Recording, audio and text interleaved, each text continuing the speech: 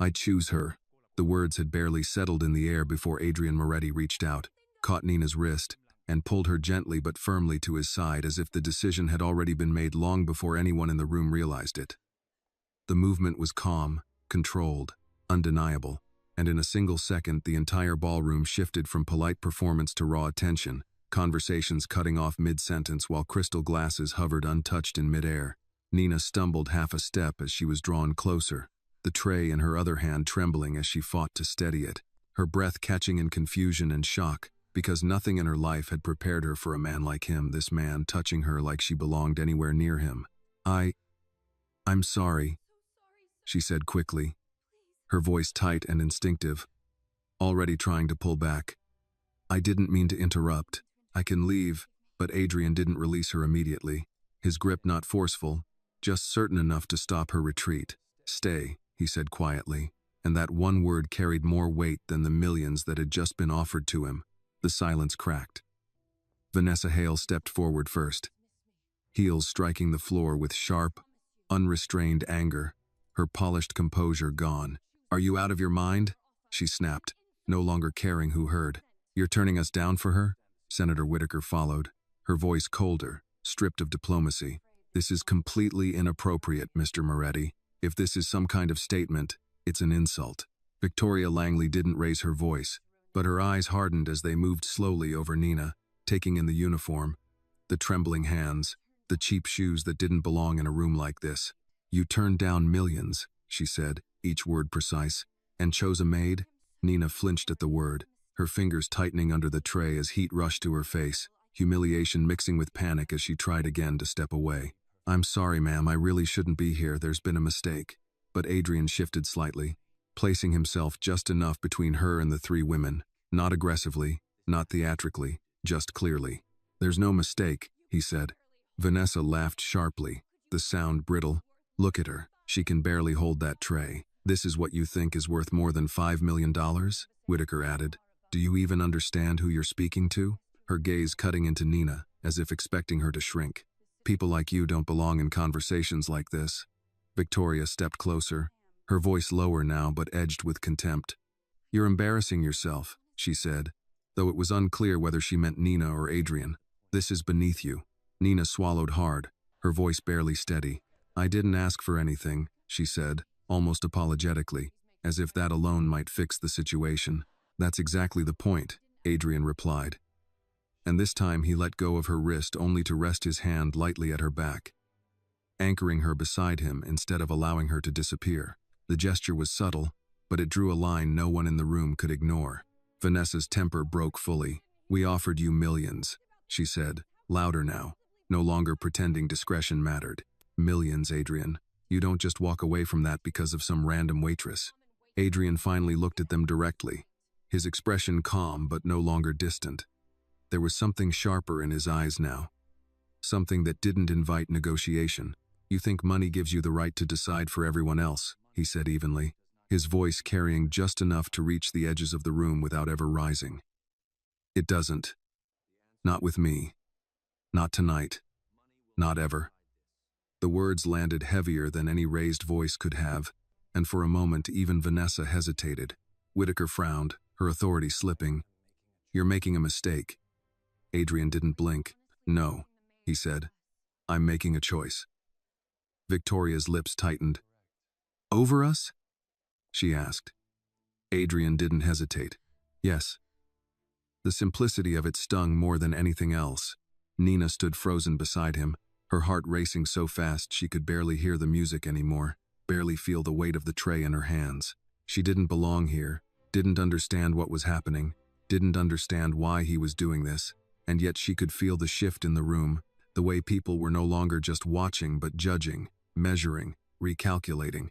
Her phone buzzed faintly in her pocket, and the sound hit her like a reminder of the real world waiting outside this one. Her mother, the message, the fear returned instantly, cutting through everything else. I really need to go, she said, more urgently now, her voice shaking despite her effort to control it. Vanessa scoffed. Of course you do. That's what people like you do, isn't it? Step into something you don't understand and then run. Adrian didn't even glance at her. Enough, he said, and the single word stopped the momentum of the room again. He looked down at Nina, his voice lowering, no longer meant for anyone else. "Go," he said, calm and certain. "Take care of what matters." Nina hesitated, still overwhelmed, still unsure if she was making things worse just by being here.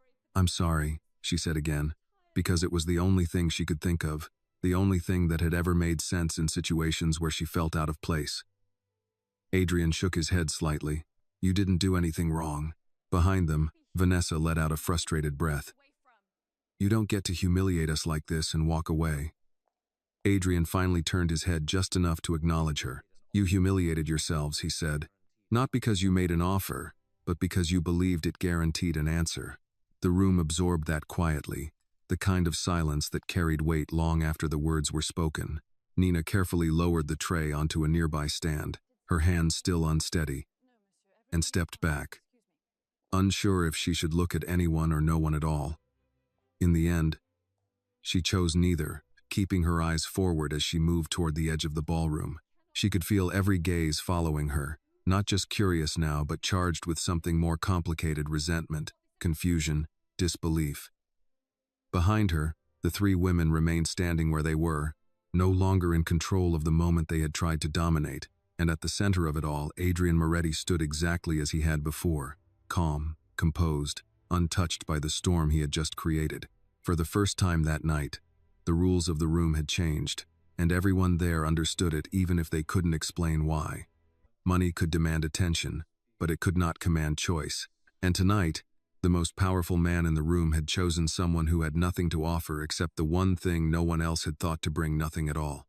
The cold air outside the ballroom hit Nina harder than she expected, sharp enough to pull her out of the daze she had been moving through since she set the tray down and walked away. The noise of the Gala faded behind her as the heavy doors closed, replaced by the distant hum of traffic and the faint echo of her own breathing, too fast, too uneven.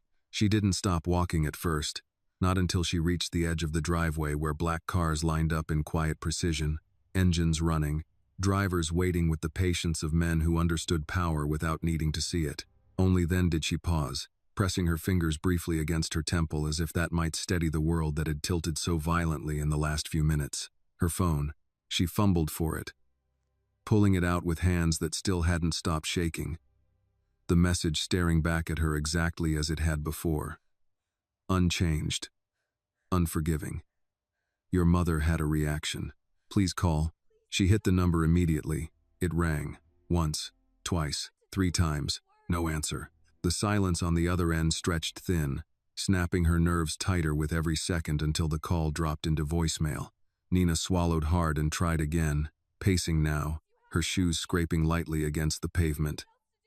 "Come on, please pick up," she whispered, though she knew no one could hear her. Again, nothing. Her chest tightened, the fear rising fast now that there was no crowd to hold it back, no structure to force her to stay composed. For a moment, she didn't know what to do: go back inside and risk everything she had just escaped, or leave and figure it out alone the way she always had. A car door opened behind her. "You're not going back in there." She turned quickly. Adrian Moretti stepped out of the black sedan as if he had always intended to follow her, his coat catching the cold air, his expression unchanged but his focus entirely on her. There was no hesitation in the way he moved, no question about whether he belonged here or anywhere else. Nina straightened instinctively, the apology already forming before she could stop it. "I'm sorry," she said again, her voice thinner now without the walls of the ballroom to contain it. "I didn't mean to cause any of that back there. I just need to figure this out."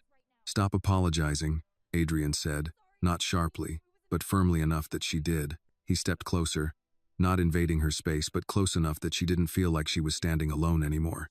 "Call again." "I did," she said quickly. "No one's picking up. The nurse, the agency, I don't even know who's there right now." Her words started to rush, tripping over each other as the fear pushed forward. She wasn't supposed to have any reactions. They said the medication was safe. They always say that. And now I can't reach anyone, and I should have left earlier, but I needed the money and... "Nina." She stopped. His voice didn't rise, didn't demand, but it cut through the spiral just enough to anchor her. For a second, she just looked at him, trying to understand why he was still here, why he hadn't gone back inside to the world that made sense for him. Where is she? He asked. At home, Nina said, her voice smaller now. Alexandria. It's a small place. There's supposed to be someone with her, but I don't know who it is tonight. Adrian nodded once, as if that was all he needed. He reached into his coat and pulled out his phone. His movements efficient. Practiced. Address, he said. Nina hesitated. I can't ask you to. You're not asking, he replied, already unlocking the phone. You're telling me where she is. There was no room in his tone for argument, but there was no pressure either, just certainty. Nina gave him the address, the words coming out automatically now, and he repeated it once under his breath before making the call. He didn't turn away from her, didn't step aside. He simply spoke as if the rest of the world would adjust accordingly. I need a medical team dispatched, he said, his voice shifting slightly, becoming sharper without losing its calm. Private response. Full kit. Alexandria, I'll send coordinates. I want them on site in 15 minutes. A pause. Yes, now. Another pause, shorter this time. Stay on this line until they confirm arrival. He lowered the phone slightly, his eyes returning to Nina. They're sending a doctor, he said. And a backup unit. Someone will be there before we are. Nina stared at him, trying to process what he had just done. How quickly it had happened. How easily. We? She asked, the word catching in her throat. Adrian ended the call and slipped the phone back into his coat. You're not taking a cab across the city right now, he said. You're coming with me. I can't afford, she started, the reflex automatic. You're not paying for anything, he said, cutting that thought off before it could take hold. And this isn't a negotiation. For a moment, Nina didn't move. Everything in her life had taught her that nothing came without a cost, that help like this didn't exist without something attached to it, something expected later when it mattered more. She searched his face for it, for any sign of what this would become, what she would owe. I don't understand why you're doing this, she said quietly. Adrian held her gaze for a second longer than expected, as if considering whether the answer mattered. Neither do I, he said finally, but we're not going to figure that out standing in a driveway. The driver had already stepped out, opening the back door without needing to be told. Nina glanced once toward the hotel, the golden light spilling out from behind the closed doors. The world she had just left, continuing as if nothing had happened. Then she looked back at Adrian, at the man who had just turned that world upside down without raising his voice. Okay, she said, though it didn't feel like agreement so much as surrender to something she didn't fully understand. She slid into the car, the leather seat cold at first before it adjusted to her, the door closing with a solid, quiet sound that felt different from anything she was used to. Adrian got in beside her, the space shifting again, smaller now but no less controlled. The car pulled away smoothly, merging into the night traffic as if it had a place waiting for it. Nina clasped her hands together in her lap, trying to keep them still. She's all I have, she said after a moment, the words coming out softer now, less guarded. My dad died a long time ago. It's just been the two of us since then. I was supposed to finish school this year, but things changed. She let out a small breath that didn't quite become a laugh. I thought I could handle it. Working, taking care of her, all of it. I thought if I just kept going, it would be enough. Moments like this stay with you when everything is on the line, and one choice can change a life. If this story moved you, tell me where you're watching from in the comments. Don't forget to like the video and subscribe to the channel for more stories that matter. And be honest, if you were in Nina's place, would you have trusted him and gotten in that car? Adrian listened without interrupting, his attention steady. Not the polite kind people offered when they were waiting for their turn to speak, but something more deliberate. How long has she been sick? He asked. Almost a year, Nina said. It got worse a few months ago. The treatment they recommended, it's expensive. Insurance won't cover most of it. She shook her head slightly.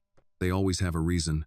Adrian looked out the window briefly, the city lights sliding past in reflections that didn't quite touch him. They usually do, he said. Nina hesitated, then added, that's why I was at the gala tonight. It pays more than my other shifts. I just needed one good night to get ahead a little. He nodded once, as if that made perfect sense. The car moved quickly through the streets, the city thinning as they headed toward Alexandria. Nina watched the lights change, the familiar landmarks appearing and disappearing, grounding her just enough to keep the panic from taking over again. "Will they really get there in 15 minutes?" she asked quietly.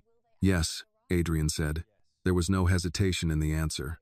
And for reasons she couldn't explain, Nina believed him. The car turned into Nina's street just as the clock on the dashboard clicked past 11, the quiet row of modest houses stretching ahead under soft porch lights and early holiday decorations that felt almost out of place against the tension tightening in her chest. She leaned forward slightly before the car had even fully stopped, her eyes locking onto her home, and the first thing she noticed was the van parked outside. Plain white, unmarked, its presence both unfamiliar and strangely reassuring. "They're here," Adrian said calmly, already opening his door before the driver had a chance to move, and Nina didn't wait for anything else. She stepped out quickly, the cold air hitting her again, but this time she barely felt it as she crossed the small patch of lawn toward the front door. Her hands trembling not from uncertainty now, but from urgency. The door was unlocked. She pushed it open without knocking. "Mom?"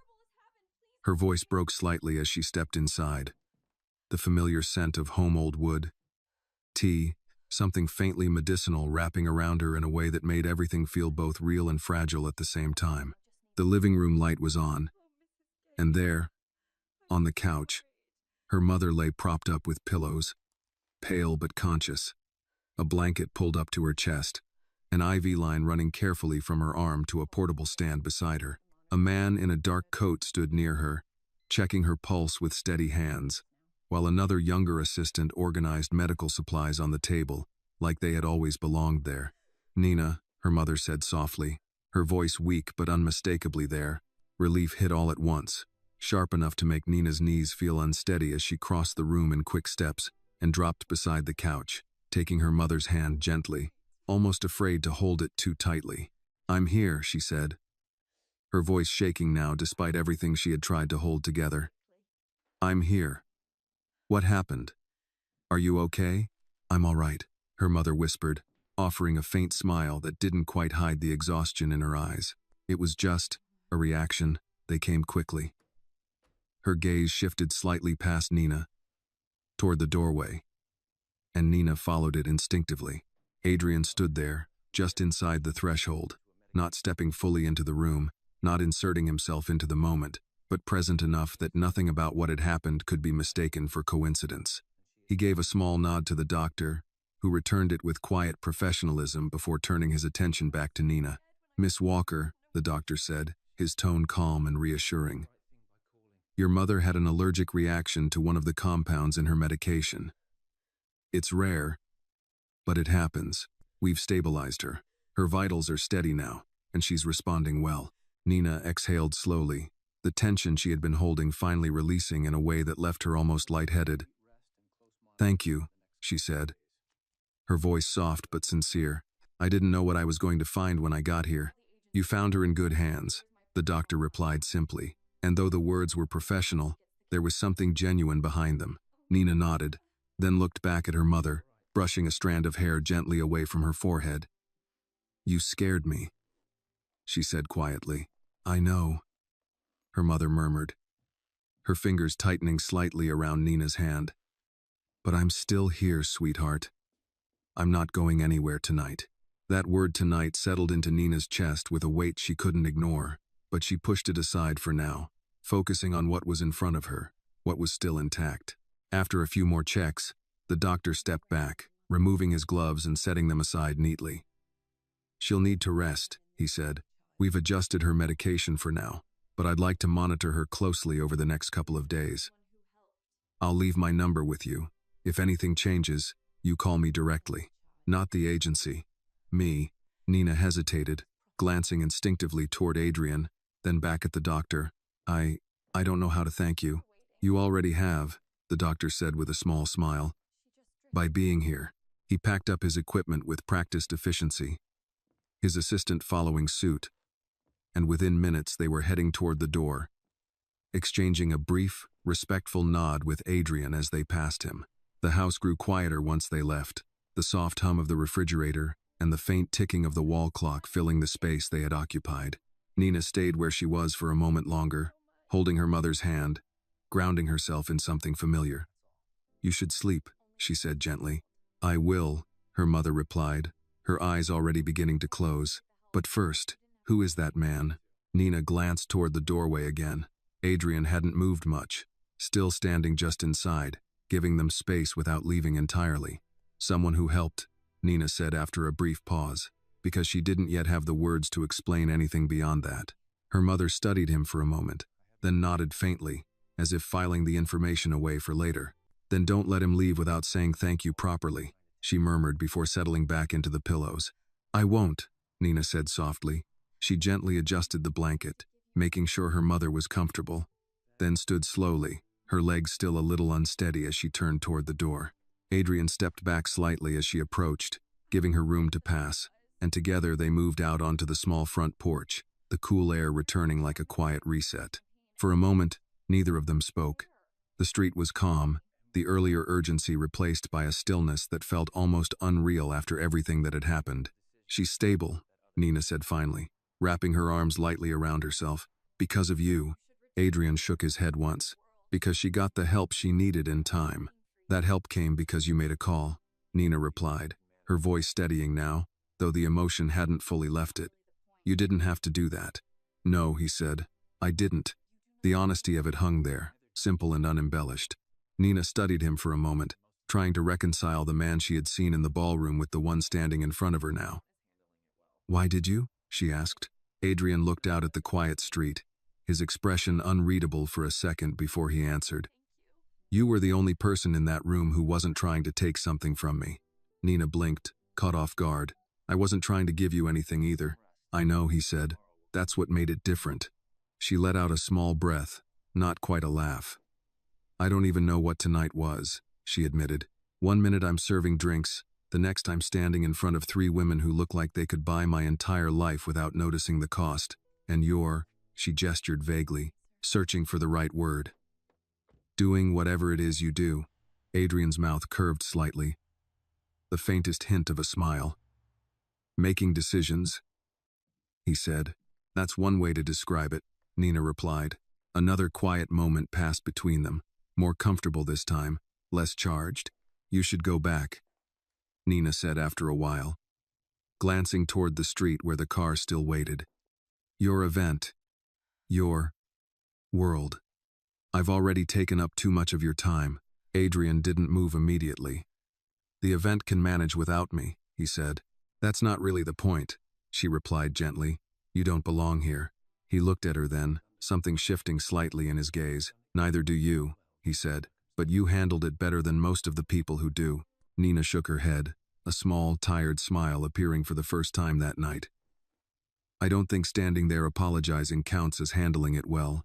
It does when you don't let them define you, Adrian said.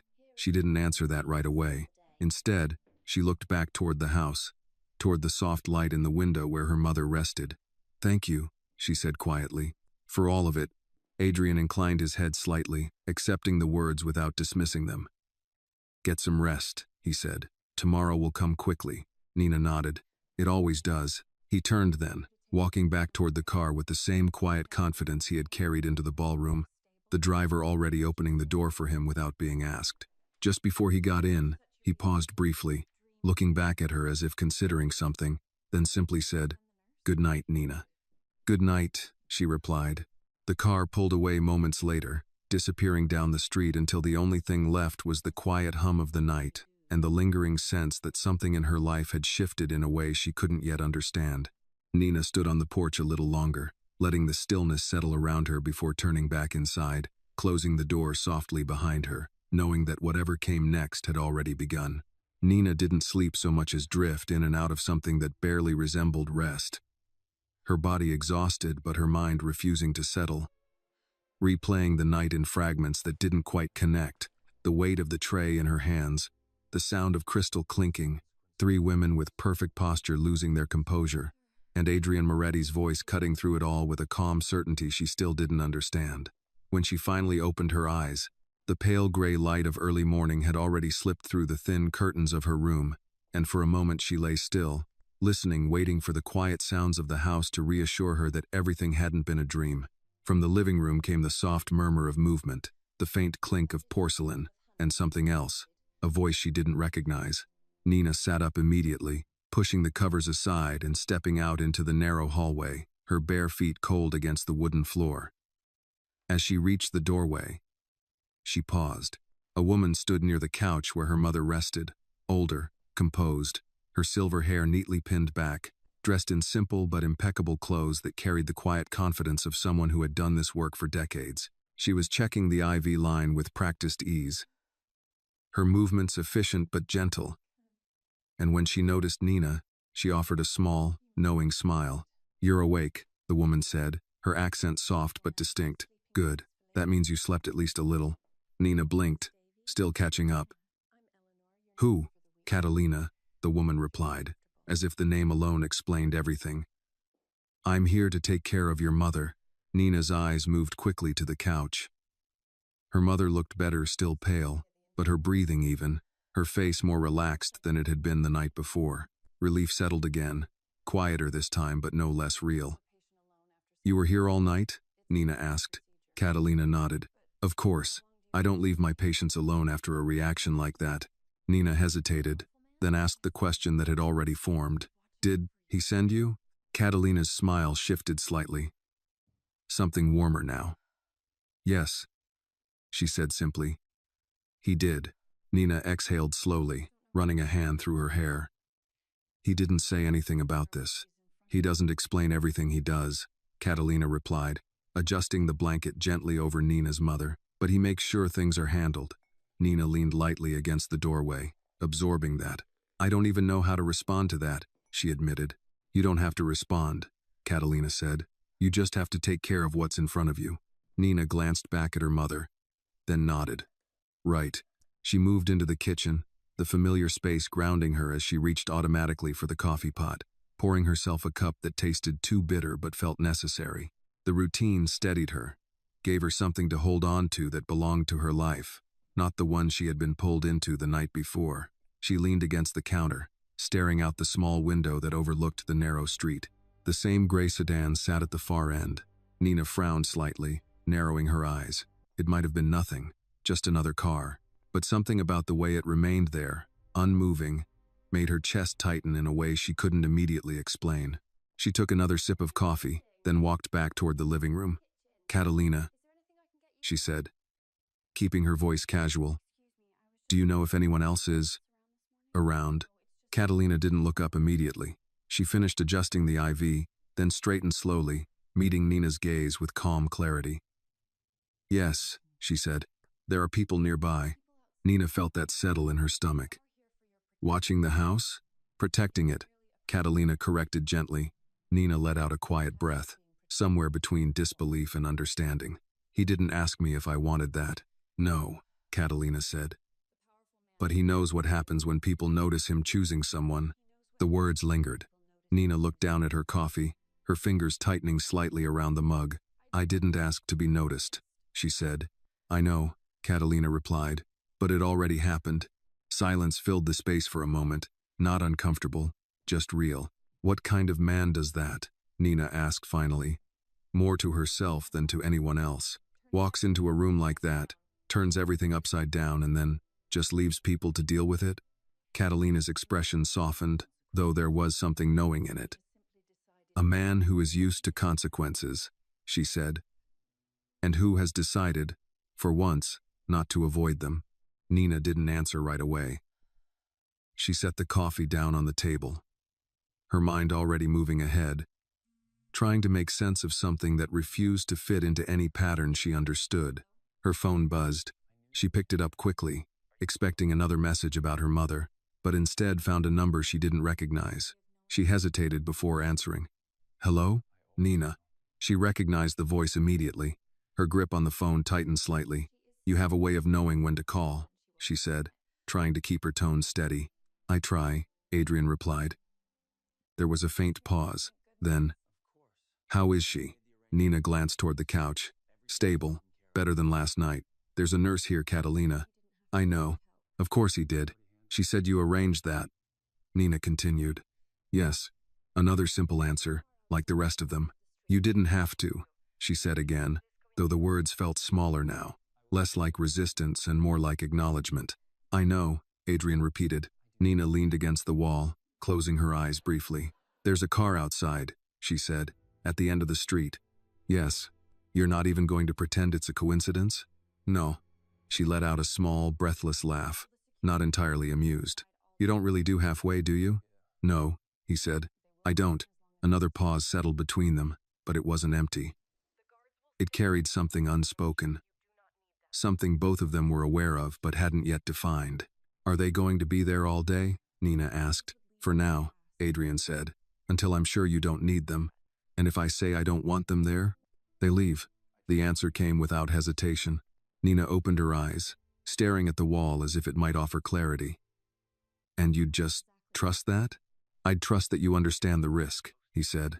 She absorbed that slowly. And do you think I do? There was a brief silence on the other end. I think you're starting to, Adrian replied.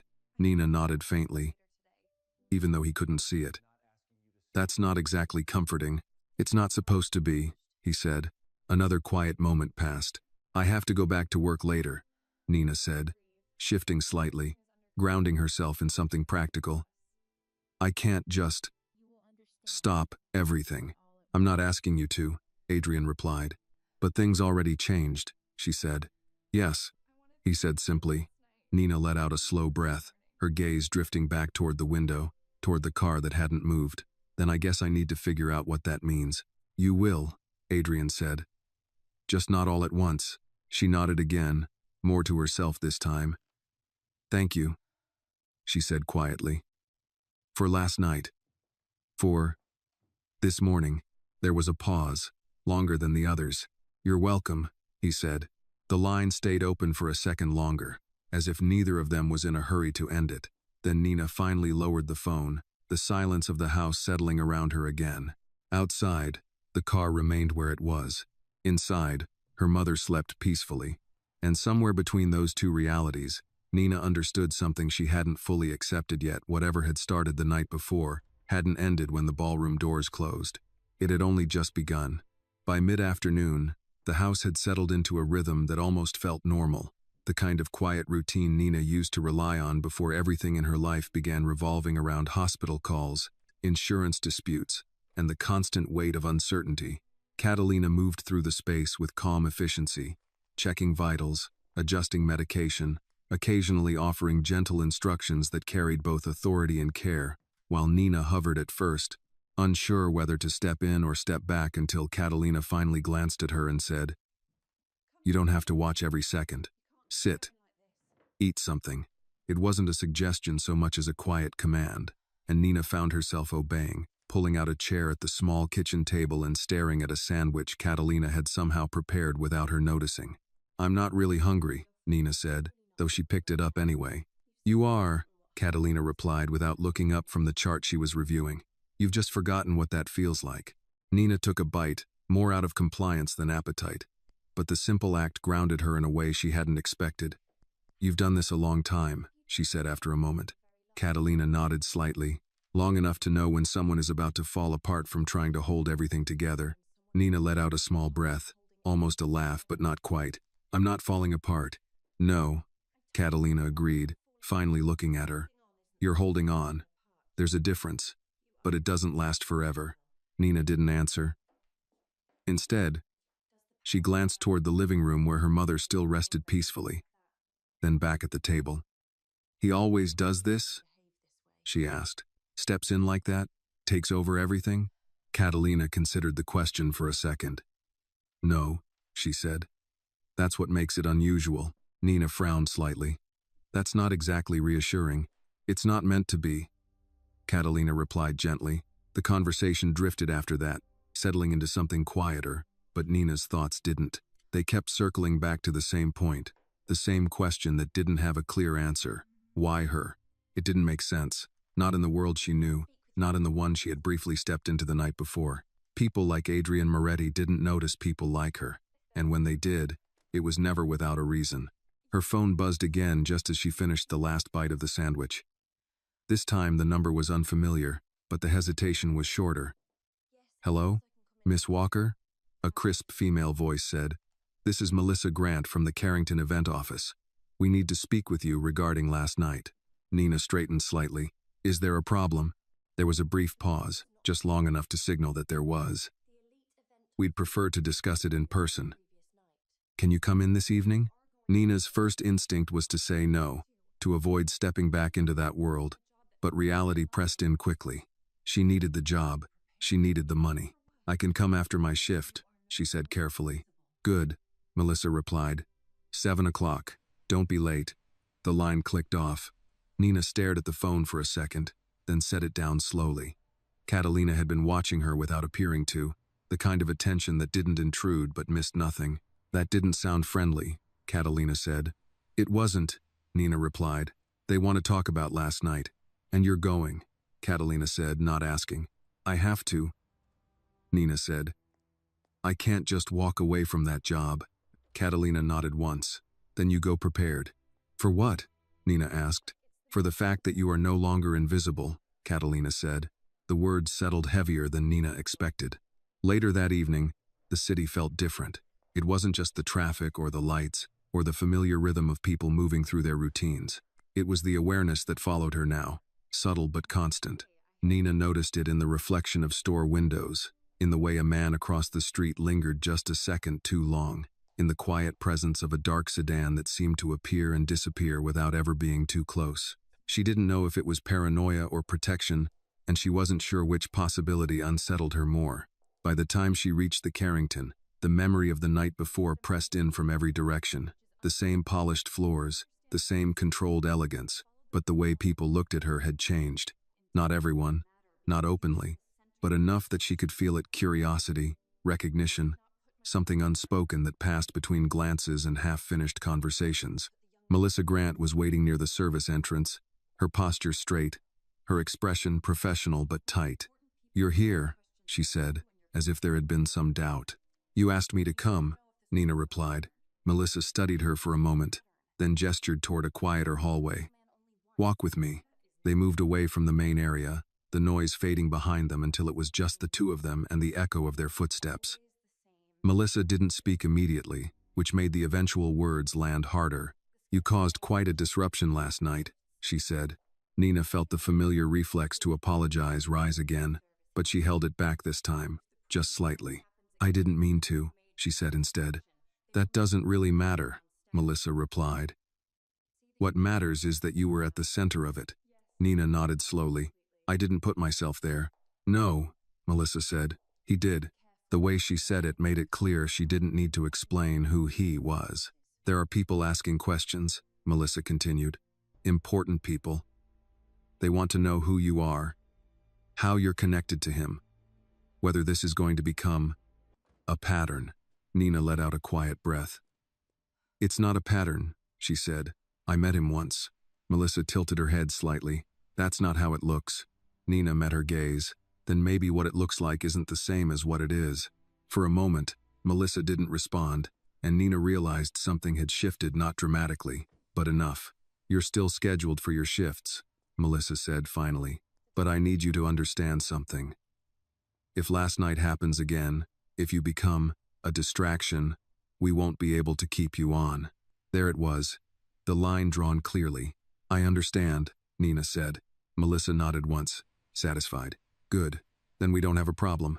As Nina turned to leave, Melissa added, almost as an afterthought. Just be careful. People like him don't move without consequences. Nina paused briefly, then nodded without turning back. I'm starting to see that. When she stepped outside again, the air felt colder than before, sharper somehow, but also clearer. The sedan was there, just like before, parked at a distance that made it easy to ignore if she wanted to. This time, she didn't ignore it. She walked a few steps closer, not all the way, just enough to acknowledge it, then stopped. You're not very subtle, she said, half under her breath. The driver didn't get out, didn't respond, but the faint shift inside the car told her she had been heard. Nina shook her head slightly, a small, tired smile forming despite everything. Yeah, she murmured, things have definitely changed. And as she turned away, heading back toward the life she had been fighting to hold together, she understood something that no one had said out loud, but everyone seemed to know: this wasn't just about one night anymore. It was about what came after, and whether she was ready for it or not. Nina didn't realize how tense her shoulders had been until she stepped away from the Carrington and into the open air again, the conversation with Melissa still echoing in her mind. Not because it was harsh, but because it was final in a way she understood too well. There were rules, expectations, lines she wasn't supposed to cross, and somehow she had crossed all of them in a single night without meaning to. She walked toward the metro at first, following habit more than thought, but halfway down the block she slowed, glancing toward the dark sedan that had remained at a distance all evening, its presence no longer subtle now that she knew what it meant. For a moment she considered ignoring it again, pretending she still had that option, but something in her shifted, something quieter than defiance but stronger than denial, and instead of continuing toward the station she turned and walked directly toward the car. The driver stepped out before she reached it, not hurried, not aggressive, just aware. He was older, composed, the kind of man who didn't waste movement. "Miss Walker," he said with a small nod, as if acknowledging her choice to approach rather than avoiding her gaze. "You've been following me all day," Nina said, not accusing, just stating the fact. "Watching," he corrected gently, "not following. That doesn't make it less strange," she replied. "No," he agreed, "but it makes it safer." Nina studied him for a second, then let out a quiet breath. "Does he know you're still here?" "Yes." "Of course he did." She nodded once, absorbing that. "Then tell him I'm not a problem that needs to be managed." The driver's expression didn't change, but there was a flicker of something understanding, maybe. "I'll tell him," he said. Nina hesitated, then added, "And tell him I went back to work." Nothing exploded. No one died. It was just awkward. A faint hint of humor touched the corner of the man's mouth. "I'll pass that along too." Nina gave a small nod and turned away, this time heading for the metro without looking back, her steps steady even if her thoughts weren't. The train ride home blurred into the usual rhythm of late-night commuters, tired faces, quiet conversations, the ordinary world continuing exactly as it always had. And for the first time since the gala, she felt the contrast fully, how sharply her life had split into before and after, even if everything on the surface looked the same.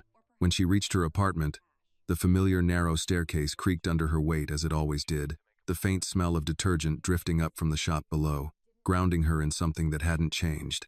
Inside, the small space greeted her with quiet simplicity, but the moment she closed the door behind her, her phone rang again.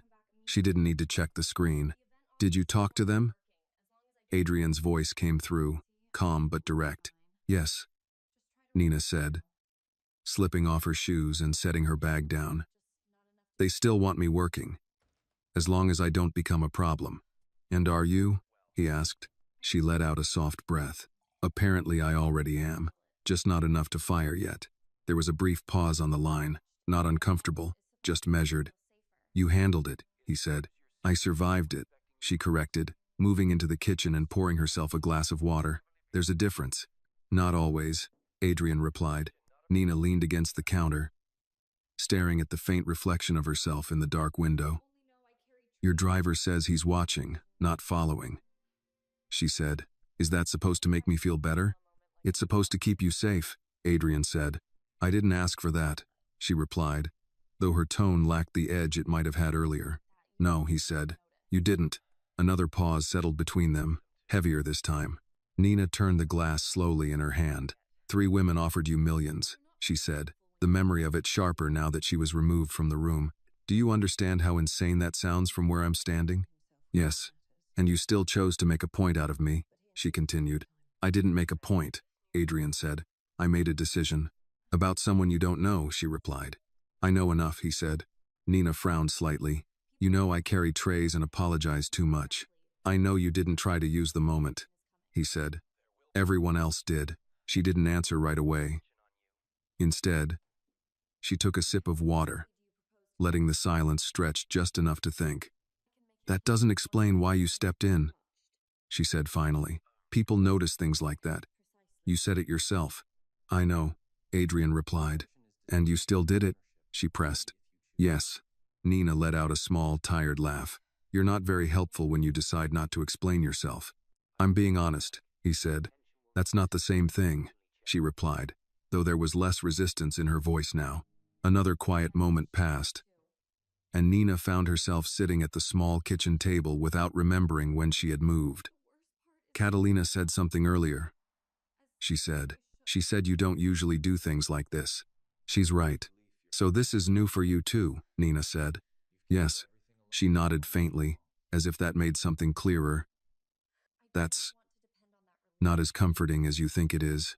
It wasn't meant to be, Adrian said. The honesty of that landed differently this time. Nina rested her elbow on the table, her fingers brushing lightly against her temple. There were people asking about me tonight, she said. Not directly, but enough that I could tell. There will be more, Adrian said. Great, she murmured. Something to look forward to. I can limit that, he added. How? She asked. By making it clear you're not something to be touched, he said. Nina blinked at that, her gaze sharpening slightly. You mean like, owned? No, Adrian said immediately. Protected. That sounds like a different word for the same thing, she replied. It isn't, he said. Not if you choose it. The distinction hung there. Subtle but important. Nina leaned back in her chair, crossing her arms lightly. And if I don't choose it, then I step back, Adrian said. But the attention doesn't disappear. It just changes. She studied that, weighing it carefully. So, either way, my life gets complicated. Yes, at least he didn't pretend otherwise. Nina exhaled slowly, a mix of frustration and reluctant acceptance settling in. You know what the worst part is? She said. What? Adrian asked. I don't feel as scared as I should, she admitted. That's the part that doesn't make sense. There was a longer pause this time. That's not fear you're missing, Adrian said quietly. It's relief. Nina frowned slightly. Relief? You've been carrying everything alone, he said. For a long time. Someone steps in, even for a moment, and the weight shifts. That's not weakness. She didn't answer immediately, because the truth in that landed deeper than she expected. I don't want to depend on that, she said after a moment. I didn't say you should, Adrian replied. Another silence followed, but it felt different now, less tense, more aware. I have to work tomorrow, Nina said eventually, bringing herself back to something solid. Same place. Same shift. I know, Adrian said. Are your people going to be there? She asked. Yes. Nina shook her head slightly, though there was a faint trace of a smile this time. You really don't do halfway. No, he said again. She stood up, walking toward the window and glancing down at the street below, where the faint outline of a car sat just far enough to blend into the night. Then I guess I'll get used to it, she said quietly. You won't have to, Adrian replied. Not forever. Nina rested her hand lightly against the glass. We'll see, she said. And for the first time since the gala, the uncertainty didn't feel like something closing in on her. It felt like something waiting. The next morning arrived too quickly, as if the night had barely existed. And Nina woke with that strange, suspended feeling of someone who knew her life had shifted but hadn't yet figured out where it had landed. She moved through her routine, automatically coffee, a quick check on her mother through a call with Catalina, a moment standing by the window watching the street below. Only now the gray sedan wasn't something she questioned, it was something she noted, like weather she couldn't control but had learned to read. By the time she reached the Carrington for her shift, the building felt both familiar and altered, the polished floors and quiet elegance unchanged. Yet the way people looked at her, some not made it clear that whatever had happened at the gala hadn't stayed contained to one night. Margaret was already on the floor when Nina checked in, her expression unreadable at first until she stepped closer and lowered her voice. You planning on causing another international incident tonight? She asked, dry but not unkind. Nina let out a small breath. I'm planning on carrying trays and not getting noticed. Margaret studied her for a second longer, then nodded once. Good plan. Stick to it. She paused, then added, quieter. You okay? The question caught Nina off guard more than anything else had so far. Yeah, she said after a moment. I think so. Margaret gave a short nod, as if that was enough for now. Then get moving. Same rules as always. Same rules. Nina almost smiled at that, because she knew they didn't apply anymore, not in the way they used to, but she picked up her tray anyway and stepped onto the floor, letting the rhythm of the job take over. Move. Offer. Don't linger. Don't look. It should have been simple. It wasn't. She noticed it within minutes, the way conversations shifted when she passed, the way certain eyes followed her just a second too long, the quiet murmurs that stopped when she got close enough to hear them. Not everyone, not even most people, but enough that she couldn't pretend it wasn't happening. At one table, two men in expensive suits paused mid-conversation as she approached. One of them leaned slightly toward the other, his voice low but not low enough. "That's her," he said. "The one from the Gala." Nina kept her expression neutral, setting down a glass with steady hands, as if she hadn't heard a word. The other man glanced at her, curious rather than hostile. "Doesn't look like much." "Exactly," the first replied. Nina moved on before the words could settle too deeply, focusing on the next table, the next motion, the next small task that kept her grounded. This was still her job. This was still her space, even if it didn't feel like it anymore. Across the room, near the far wall, she caught sight of the gray sedan through the tall windows, parked just far enough to blend into the city outside. It shouldn't have been visible from here, not clearly, but she recognized the shape, the stillness. A reminder. "You're staring," a voice said quietly beside her. Nina turned, startled for a second before recognizing Margaret again, who had appeared at her side without making a sound. "Just checking something," Nina replied. Margaret followed her gaze briefly, then looked back at her. "That something been out there all day?" Nina hesitated, then nodded slightly. "Yeah." Margaret didn't react the way Nina expected. No surprise. No alarm. Just a small exhale. "You got yourself into something bigger than this room," she said. "I didn't try to," Nina replied. "Doesn't matter," Margaret said. "Rooms like this don't care what you tried to do. They care what happened." Nina absorbed that, then gave a faint nod. "I'm starting to notice." Margaret studied her for another second, then said, "Just don't forget who you were before it happened. That's the only thing that'll keep you steady." The words stayed with Nina long after Margaret moved away. The evening stretched on, and for a while, things settled into something manageable. Not normal, but functional. Nina found her rhythm again, her movements precise, her focus narrowed to the tasks in front of her. She almost convinced herself she could get through the night without anything shifting further. Then the doors opened. The change wasn't loud. It never was with him. But it moved through the room the same way it had the first time, subtle, immediate, impossible to ignore. Adrian Moretti had arrived. Nina felt it before she saw him, the slight pause in conversation, the way people adjusted themselves unconsciously. When she finally turned, he was already moving through the space, not surrounded, not announced, but understood. His presence drew attention without asking for it. He didn't look at her right away. That was what made it different. He spoke briefly with a man near the entrance, then another, his interactions controlled, efficient, until, finally, his gaze shifted and found her. It wasn't dramatic. There was no visible reaction, no change in posture. But the moment stretched just slightly, enough for Nina to feel it. She looked away first, not out of fear, but out of instinct, the same instinct that had always told her where she stood in rooms like this. She focused on her tray, on the simple act of doing her job. But she was aware now, in a way she hadn't been before. He was here, and so was everything that came with him. Minutes passed, maybe more. Nina lost track, caught between routine and awareness, until a voice behind her said quietly, "Careful, you're about to walk into him." She turned too late. The tray tilted slightly, not enough to spill, but enough to make her step back and straight into Adrian. For a second, the world narrowed again, just like it had the night before. "I'm sorry," Nina said quickly, the words automatic, stepping back immediately. Adrian didn't move away. "You don't need to apologize every time we're in the same room," he said, his tone calm but carrying just enough to be heard by the people closest to them. Nina let out a small breath. "It's a habit, then it's one you might want to reconsider," he replied. A few nearby guests had already turned, their attention sharpening, the memory of the gala still fresh enough to make even a small interaction feel significant. Nina glanced at them, then back at him. "You being here isn't helping that," she said quietly. Adrian's expression shifted slightly, not quite a smile, but close. "I wasn't aware my presence required your approval." "It doesn't," she said. "It just changes things." "Yes," he said. It does.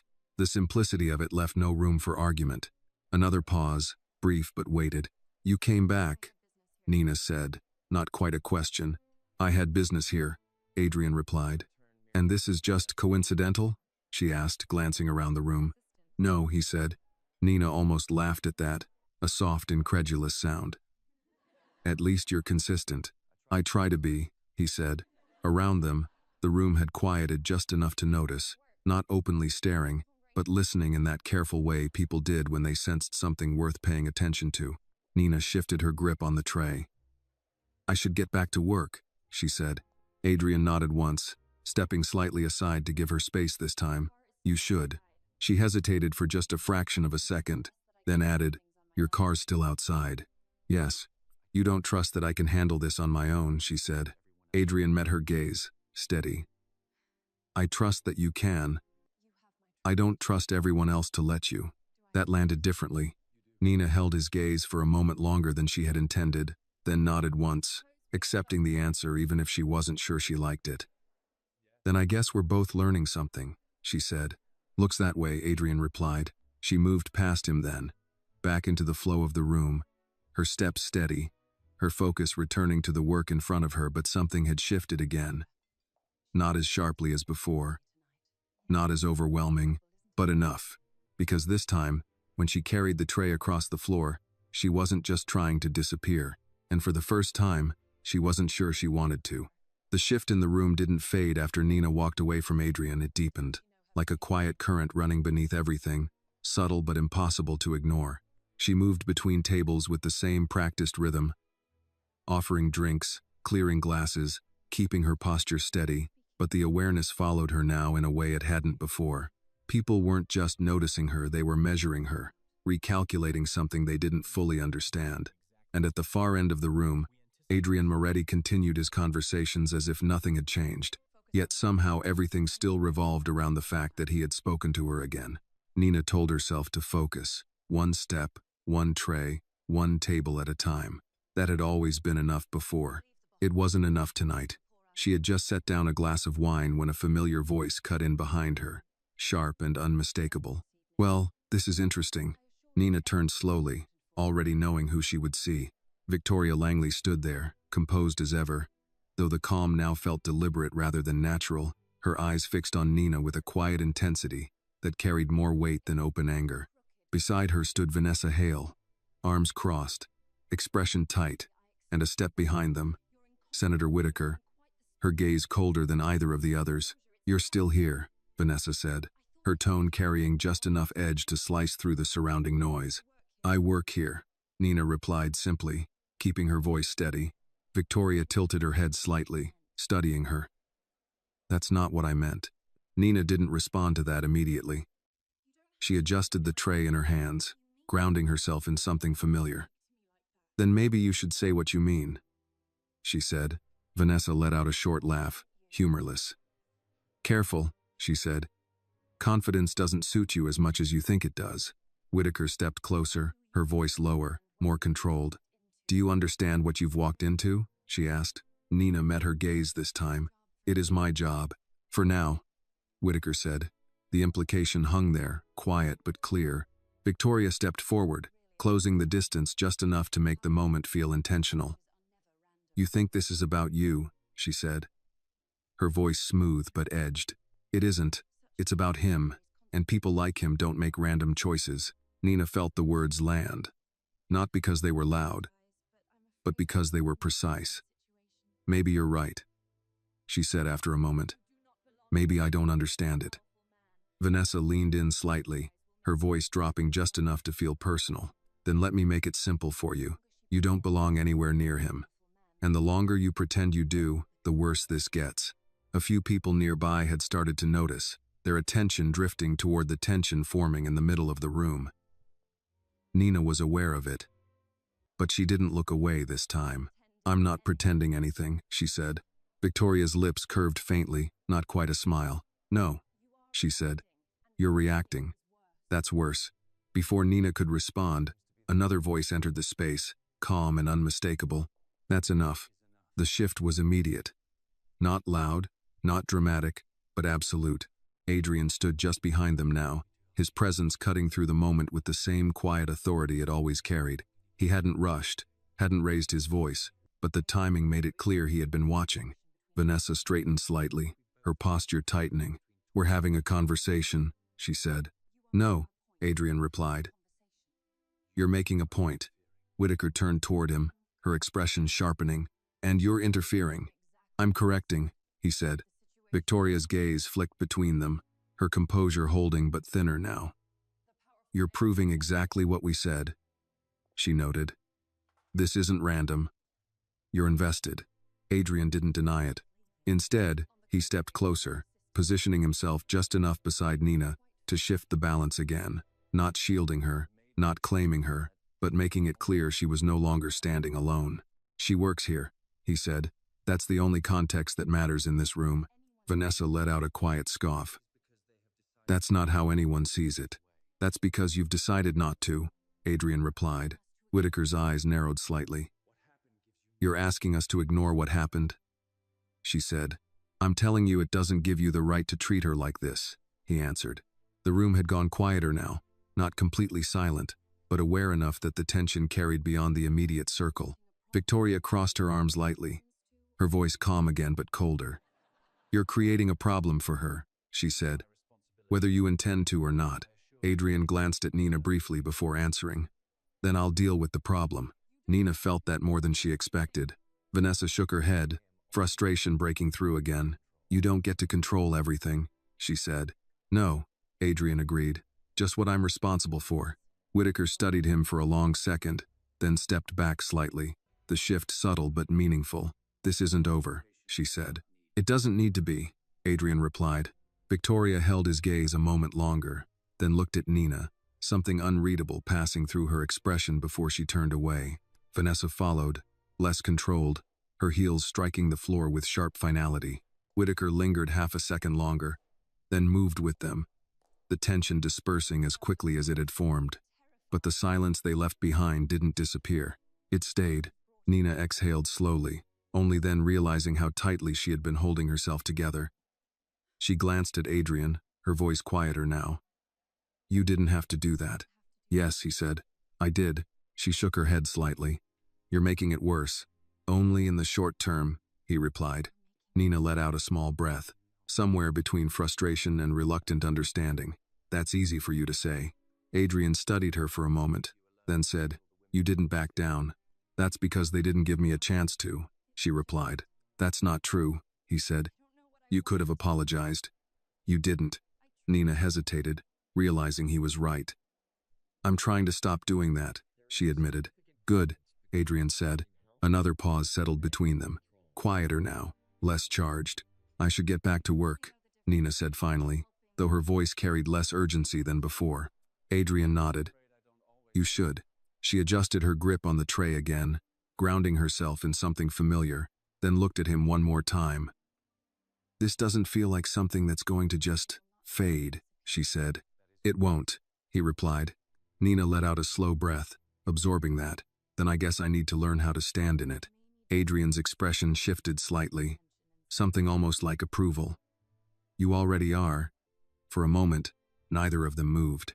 Then Nina turned, stepping back into the flow of the room once more, her movements steady, her focus sharper now, not just on the work, but on everything around it. And this time, when the room watched her, she didn't try to disappear. She let them look, because somewhere between the fear and the uncertainty, something else had taken root, but something close enough to grow. By the time Nina's shift ended, the room had returned to something that looked like normal, but she knew better now. Nothing in that space truly reset. It only rearranged itself, quietly absorbing what had happened and waiting to see what would come next. The last tray had been cleared, the final guests drifting out under soft lights and controlled smiles. Yet the weight of the evening stayed behind, lingering in glances, in unfinished conversations, in the way people avoided saying her name but clearly knew it. Nina moved through the closing routine with steady hands, stacking glassware, wiping down surfaces, following each step the way she always had. But tonight every action felt more deliberate, as if she were proving something not to them, but to herself. Margaret crossed her path near the service station, arms folded, watching her for a second before speaking. "You didn't fall apart," she said. Nina let out a quiet breath. "I didn't have time to." "That's not the same thing," Margaret replied. Nina paused, then gave a small nod. "No, it's not." Margaret studied her a moment longer, then added, "They pushed. You held your ground. That matters more than whatever they say after." There was no softness in her tone, but there was respect. The kind that didn't need to be announced. "Thanks," Nina said quietly. Margaret gave a brief nod and walked off, leaving Nina alone with the last of her thoughts and the echo of everything that had unfolded. When she finally stepped outside, the night air felt colder than it had the day before. Sharper, clearer, like something had been stripped away. The gray sedan was still there, parked just far enough to pretend it wasn't waiting for her. But Nina didn't hesitate this time. She walked straight toward it. The driver stepped out as she approached, the same calm presence, the same quiet awareness. "Miss Walker," he said. "You don't get tired?" Nina asked, glancing at the car, then back at him. "Of waiting?" he replied. "No." She nodded faintly, then folded her arms lightly against the cold. "Then I guess we should stop pretending this is temporary." The driver didn't answer, but the look he gave her said enough. Nina exhaled slowly. "He's inside?" "For a moment longer," the driver said. She glanced toward the entrance, then back at him. "Tell him I'm not going to run," she said. "Whatever this is, I'm not stepping back just because it's uncomfortable." "I'll tell him," the driver replied. She hesitated, then added, "And tell him he doesn't have to fix everything." This time, the driver's expression shifted slightly, something closer to understanding. "He won't see it that way," he said. "I know," Nina said. "That's why I'm saying it." Before the driver could respond, the doors behind her opened, and she didn't need to turn to know who it was. Adrian stepped out into the night with the same quiet presence that had altered every room he entered, his coat catching the light, his expression unreadable at first until his eyes found Nina. There was no surprise there, no hesitation, just a recognition that felt almost expected. "You're still here," Nina said. "I said I had business," Adrian replied. "And now?" she asked. He took a step closer, the distance between them closing just enough to shift the moment into something more personal, less observed. "Now I'm done with it." Nina studied him for a second, then nodded. "Good, because I'm done pretending this isn't happening." A faint shift crossed his expression, something that might have been approval. "That's progress," he said. Nina let out a small breath, not quite a laugh. "It's reality," she corrected. "People are talking, watching, deciding things about me I didn't agree to." "They will," Adrian said. "And you're not going to stop that," she added. "No," he said. "I can control how far it goes, not that it exists." Nina nodded slowly, absorbing that. "Then I need to understand something," she said. "Not the situation. You." Adrian didn't interrupt. "You walked into that room," she continued, her voice steady now, "and turned everything upside down without blinking. You knew exactly what it would do, who it would affect, what it would cost, and you still did it." She held his gaze. "Why?" The question lingered between them, heavier than any before it.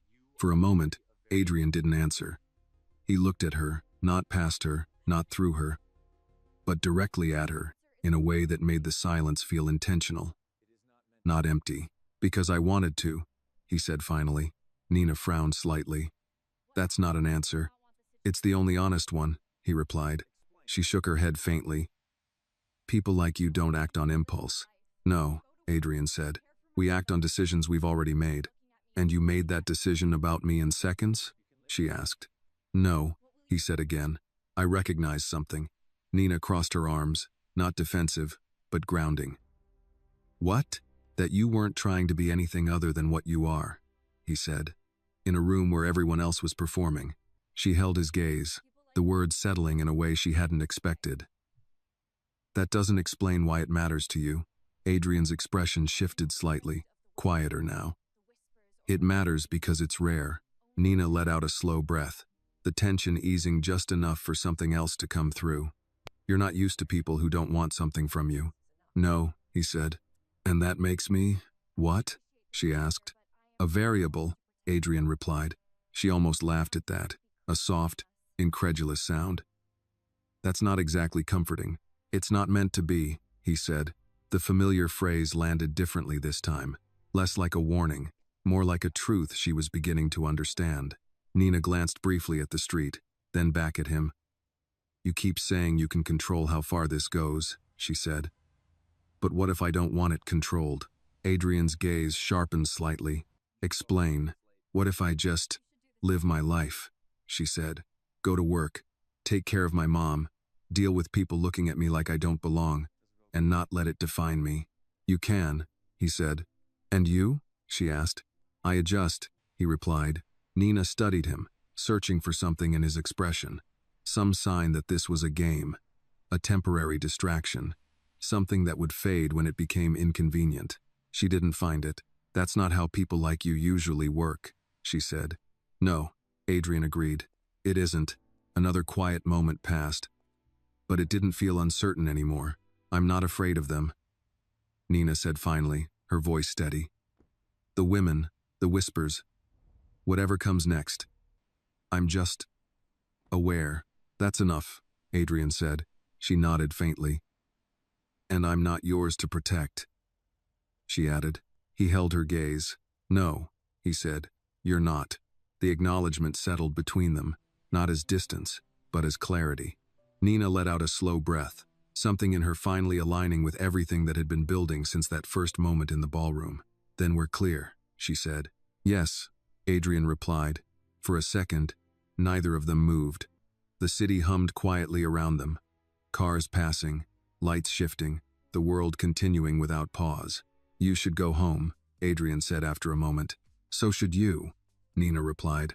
A faint hint of a smile touched his expression, brief but real. I will.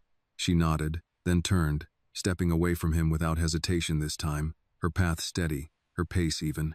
She didn't look back immediately, not out of fear, but because she didn't need to, and as she walked, she understood something that hadn't been clear before. This wasn't about being chosen. It was about what she chose to do after. Behind her, Adrian watched her go for a moment longer, then turned toward the car, the driver already moving to open the door, the night closing quietly around a decision that neither of them had fully defined yet, but both had accepted. This story reminds us that true value cannot be measured by wealth, status, or power, but by authenticity and the courage to stand firm in who we are. In a world where influence often tries to dictate worth, Nina's quiet strength shows that dignity is not something given by others, it is something we carry within ourselves. Adrian's choice reveals a deeper truth. Real power is not the ability to control people, but the ability to recognize what is real in a room full of illusions. And sometimes, the most meaningful battles are not fought with force, but with the simple refusal to be defined by what others expect you to be. This video is a work of fiction created with the assistance of artificial intelligence. All characters, events, and situations are not real and do not represent any actual people or true stories. The content is intended for storytelling and emotional illustration only.